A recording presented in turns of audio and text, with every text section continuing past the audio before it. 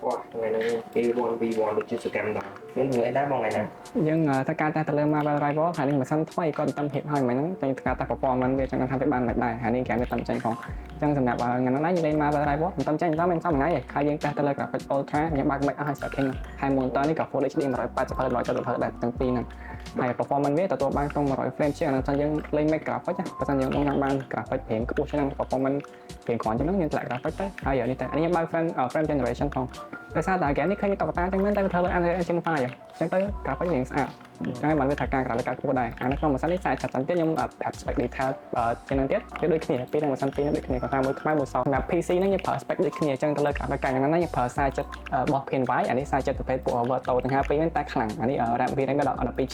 ហើយប្រាប់មករបស់ខ្ញុំយើងប្រើសិន7កៅទៅអានេះក៏តុយ 8 អានោះក៏តុយ 8ដែរដូចគ្នាហើយ RAM ក៏យើងប្រើមកដើម32ចំណែកនឹងថាយើងសល់3 slot ទៀតយើងលេងបានដល់ 128GB ហើយសម្រាប់ដង្ហើមអីយើងប្រើតលាយហ្មងអាលើ3អាក្រោម3អានេះ3ទៀតចឹងដង្ហើម9គ្រាប់អានេះចង់លេងខាងមួយគ្រាប់ទៀតក៏បានដែរតែថា12វាស្អាតជាងហើយសម្រាប់ CPU ហ្នឹងi7 13ដូចជា 10K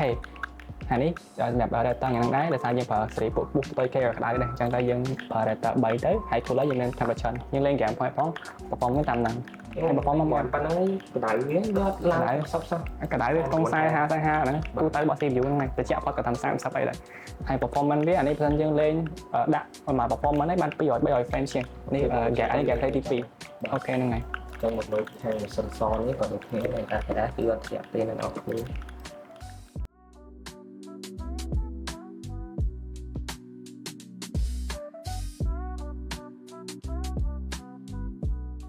ហើយនេះសម្រាប់ម៉ាស៊ីនសវិញ spec ដូចគ្នាទាំងអស់ដូចខ្ញុំ5អងចឹងខុសតពណ៌តែខេសក៏ដូចគ្នាដែរគេដាក់មកឈុតហ្នឹង couple ហ្នឹងតែចាំសិនមិនសង្សារគ្នាឯងគាត់មកធាក់គ្នា